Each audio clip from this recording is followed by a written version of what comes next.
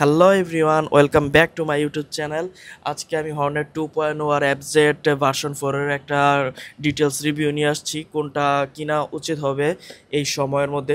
দুইটা প্রাইস একদম same to same বলা চলে, মাত্র 10,000 টাকার গ্যাপ। এফজেড ভার্সন 4 এর প্রাইস হচ্ছে 2,99,000 টাকা, আর হর্নেট 2.0 এর প্রাইস হচ্ছে 2,89,000 টাকা। মাত্র 10,000 থেকে 11,000 টাকার গ্যাপ, মানে 10,000ই বলতে পারেন।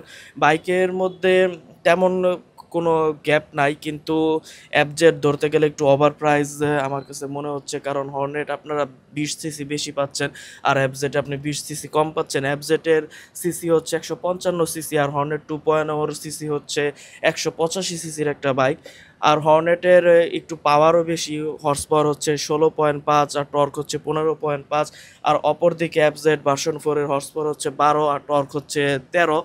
খুবই মানে ওইটার থেকে অনেক কম। আপনারা হর্নেট 2.0 130 ইজিলি উঠাইতে পারবেন। একটু 20-এর পরে একটু সংঘর্ষ করবে, কিন্তু আপনি অ্যাপজেট 105-10 পর্যন্ত উঠাতে পারবেন। 100-র পরে সহজে উঠতে চায় না। হর্নেটের সামনে 110 সেকশনের টায়ার ইউজ করা হয়েছে, পিছনে 140 সেকশনের টায়ার ইউজ করা হয়েছে।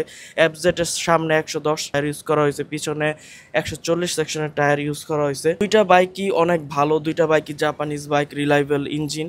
দুইটা বাইকের রিসেল ভ্যালিও ভালো। এখন হর্নেট আগের হর্নেটটা তেমন চলে নাই, কিন্তু এই হর্নেটটা অনেক বেশি চলতেছে। আর হর্নেটে আপনার আপস ডাউন সাসপেনশন পেয়ে যাবেন, কিন্তু আপনি অ্যাপজেট ভার্সন 4-তে কোনো আপশন ডাউন সাসপেনশন পাবেন না, ওটাতে নর্মাল টেলিস্কোপিক সাসপেনশন পাবেন।